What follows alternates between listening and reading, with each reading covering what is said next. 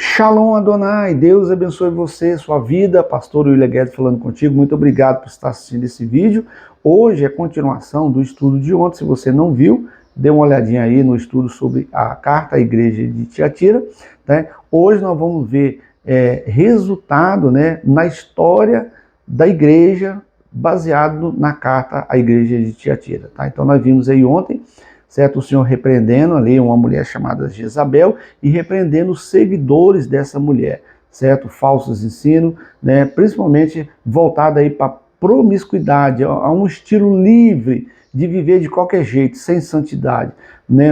A doutrina dessa mulher Jezabel, que era uma das líderes, supostamente uma das líderes da igreja ali de Tiatira, é uma pessoa que implantou a estilo livre, podemos dizer assim, né? Sem compromisso, sem pagar o preço. Lá em Colossenses 3,5 fala para nós assim: fazei, pois, morrer a vossa natureza terrena. E lá a primeira coisa que vem é prostituição.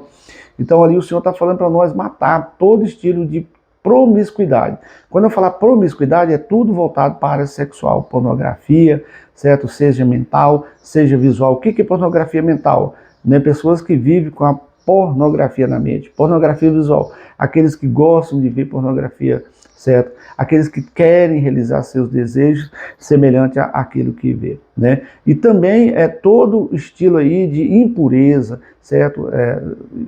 Não somente no jeito de falar, mas no jeito de vestir, no jeito de pensar. Quando eu falo prostituição ou promiscuidade, estamos falando também de lascívia, né? São obras da carne ali, são atitudes indecentes, tá bom? Então tudo isso aí vem adultério, né, que é o cônjuge ter relação sexual com outro cônjuge. Aí vem fornicação, tá? Toda vez que eu falar a palavra promiscuidade ou pornografia, nós estamos falando sobre fornicação, sexo fora do casamento, né? Ou pessoas que permitem ter contato sexual sem ser casado. Quando eu falo contato sexual, não é a prática do sexo, mas é deixar tocar nas partes íntimas. Isso é prostituição, isso é promiscuidade, tá? Então vamos lá.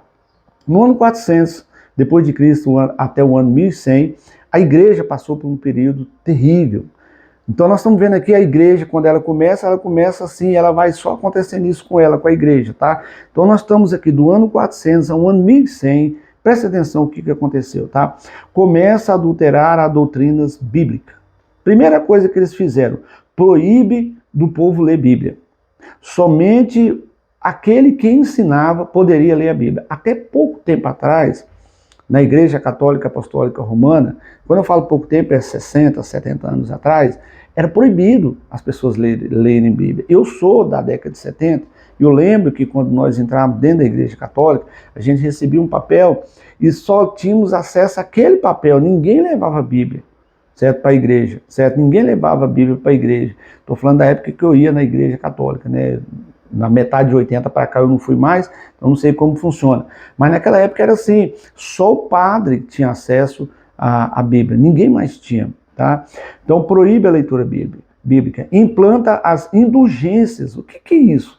Pagar pelo pecado. A pessoa cometia um pecado, ia confessar o pecado ao padre, tá? Depois eu vou falar, até então o nome não era padre. Né? Até então o nome era apóstolo, né? Aquela pessoa a qual recebia ali as instruções, a confissão de pecado, aliás, das pessoas. Eles iam lá, confessavam o seu pecado, e dependendo do pecado tinha um valor. Isso chama-se indulgência, né? De pagar. Começa a perseguir e matar. O Império Romano começa a perseguir e matar o que nós chamamos aí de romatização, ou seja, a igreja estava sendo massacrada pelo Império Romano.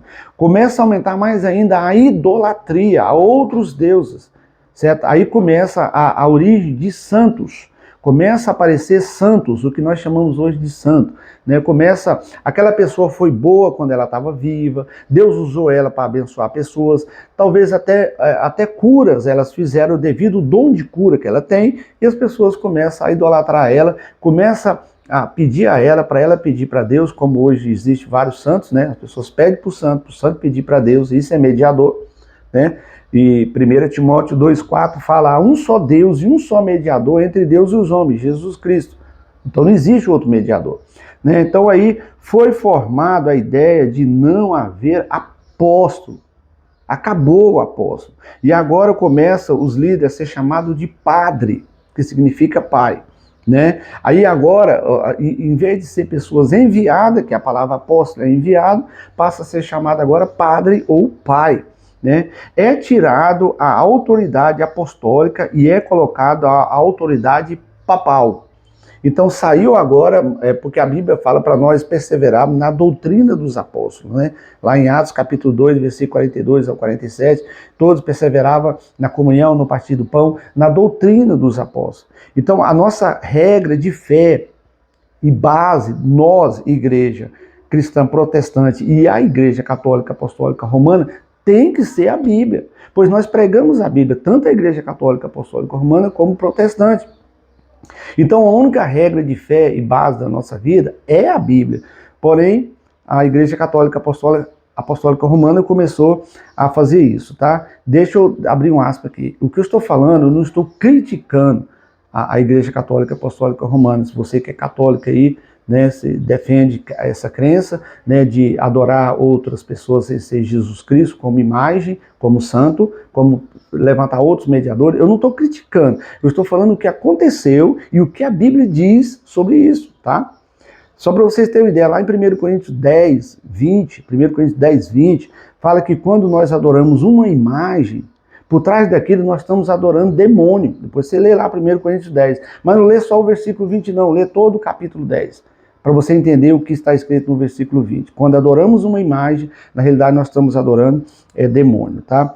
Então aí surge a ideia de purgatório. As pessoas morrem, não vão para o inferno e nem para o céu. Vai para o local para ser purificada ali a sua alma, né? Só lia e pregava a Bíblia no latim. E você imagina, a Bíblia sendo pregada no latim. Olha, quem está falando aqui, meu pai foi ex-padre, meu pai foi ex-padre no ano de 1945, ali, quando estava terminando a Segunda Guerra Mundial. Meu pai estava com 14 anos, aproximadamente, de 13 para 14 anos, e com 19 anos meu pai começou a celebrar missa, e ele tinha que saber falar no latim, pregar no latim. O que eu estou falando aqui é filho de um ex-padre. Meu pai começou a ser padre, né? Ele não foi oficialmente consagrado padre, mas foi auxiliar de padre, onde o padre não podia celebrar, ele celebrava, tá?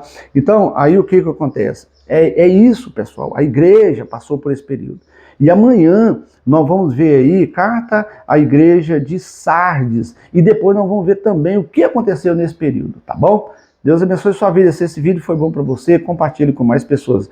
Não tem como a gente falar em 5 minutos, 6 minutos, como era o meu projeto, mas eu espero aí não ultrapassar 10 minutos, tá bom? Deus abençoe você e fique com Deus.